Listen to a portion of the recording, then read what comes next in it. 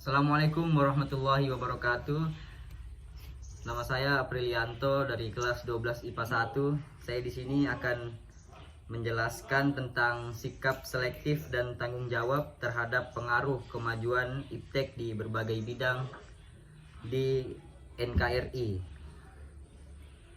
Kemajuan iptek dapat memberikan dampak positif dan negatif bagi suatu bangsa.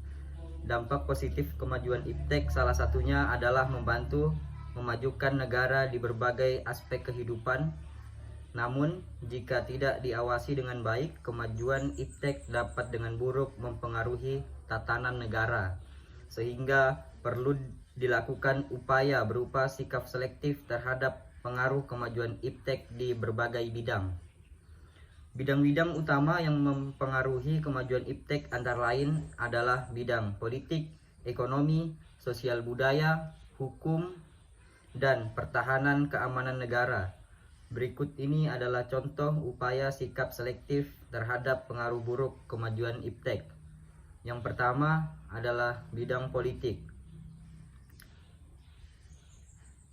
yaitu satu, mempertahankan ideologi Pancasila. Yang kedua, kukuh menjadikan Pancasila dan UUD 1945 sebagai konstitusi politik tertinggi. Yang ketiga, melaksanakan sistem demokrasi Pancasila dengan baik. Yang keempat, mengawasi organisasi politik yang melenceng dari Pancasila. Yang kelima, pemerintah memberikan teladan untuk menjalankan asas politik sesuai Pancasila. Yang kedua adalah bidang ekonomi. Yang pertama,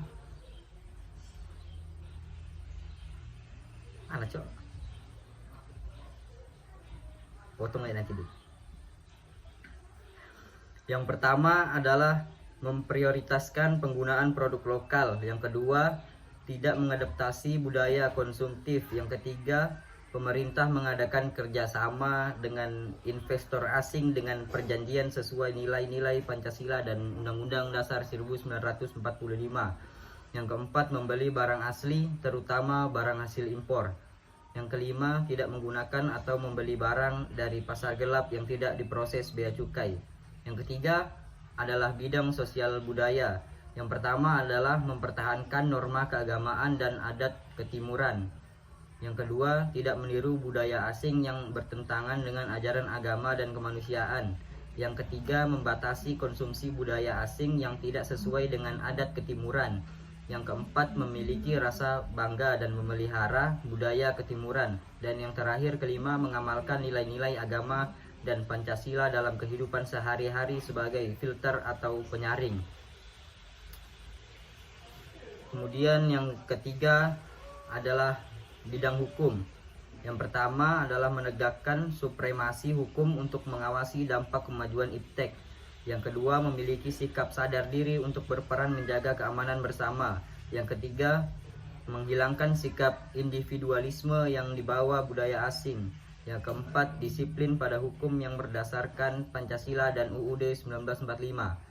Yang kelima, menolak hukum atau rumusan hukum yang memberatkan rakyat dan bertolak belakang dengan tujuan Pancasila dan pembukaan Undang-Undang Dasar 1945. Dan yang terakhir adalah bidang pertahanan keamanan. Yang pertama adalah meningkatkan hubungan diplomatik dengan negara lain yang memiliki tujuan sama. Yang kedua, meningkatkan supremasi hukum pertahanan negara. Yang ketiga, menjaga kedaulatan negara dari intervensi pihak asing yang bertentangan atau merugikan negara. Yang keempat, memperketat supremasi pertahanan dunia siber Indonesia. Dan yang terakhir, kelima adalah turut dalam organisasi yang mendukung perdamaian dunia. Nah, itulah tadi contoh upaya selektif terhadap pengaruh iptek di berbagai bidang negara di NKRI. Cukup sekian. Wassalamualaikum warahmatullahi wabarakatuh.